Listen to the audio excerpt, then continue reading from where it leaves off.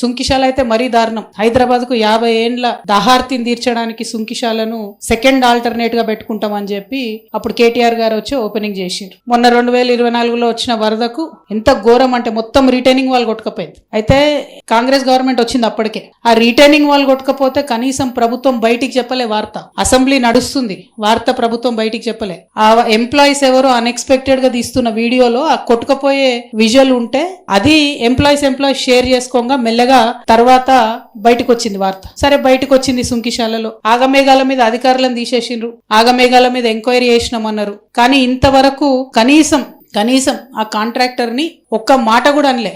ఉత్తమ్ కుమార్ రెడ్డి గారు ఇదే జిల్లా ఇరిగేషన్ మంత్రి గారు ఎక్స్పర్ట్ కమిటీ రిపోర్ట్ ఇచ్చింది ఆ కాంట్రాక్ట్ సంస్థను బ్లాక్ లిస్ట్ లో పెట్టాలని. ఉత్తమ్ కుమార్ రెడ్డి గారు ఇరిగేషన్ మంత్రి గారు ఒక్క మాట అన్నారు ఆ కాంట్రాక్ట్ సంస్థను. కోమటిరెడ్డి గారు ఈ జిల్లా మంత్రివర్యులు, సీనియర్ నాయకులు, పవర్ఫుల్ లీడర్ కాంగ్రెస్ లో, ఒక్క మాట అన్నారు ఆయన. ఇక ముఖ్యమంత్రి గారి సంగతి సరే వాళ్ళకుండే మెగా ఫెవికాల్ బంధం మనకు తెలిసిందే కాబట్టి ఆయన ఒక్క మాట అననే అన్నాడు. అంటే మరి చేసిన పనే చేసుడు, అది కొట్టకపోయినా అదే కాంట్రాక్టర్ చేసుడు. ఎన్నేళ్లు చేస్తారు పనులు?